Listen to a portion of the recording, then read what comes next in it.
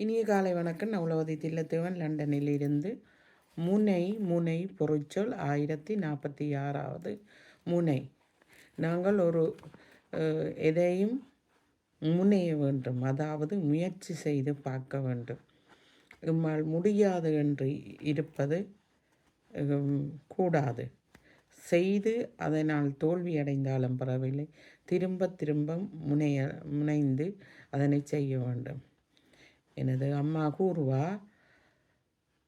சிலந்தி 99 முறையும் அது சிலந்தி விலையை பின்னி கொண்டிருக்குமாம். நாங்கள் அறுத்து விட அது தொடர்ந்து அதனை செய்து கொண்டிருக்குமாம்.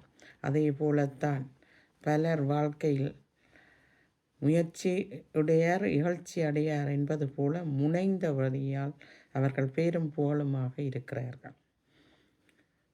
நுண்ணி, பகை, வெறுப்பு, போர் முனைகள் ஒரு முனையில் இருந்து இலகுவாக மற்ற நாடுகளுக்கு தண்ணீர் குறைந்த நேரத்தில் சென்று விடலாம். முனை அந்த ஜோக்ஸ் அந்த முனையை இப்போது ஈரான் பிடித்து வைத்திருக்கிறது. அதன் வழியாக போகும் கப்பல்களை மறைத்து வைத்திருக்கிறது. அதுவும் ஒரு முனை. அந்த முனைக்காக இப்போது போர் சண்டைகள் எல்லாம் நடைபெறுகிறது. முன் என்றால் அதிகாலை சூரியன் உதிக்க முன் எழ வேண்டும்.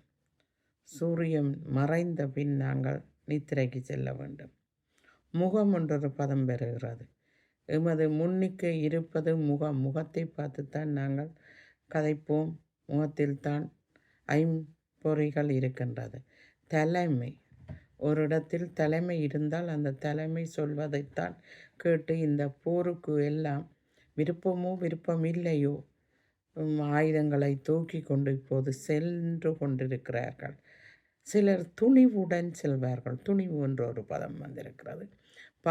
பகை காரணமாகத்தான் இப்போது போர்கள் நடைபெற்ற வண்ணம் இருக்கிறது.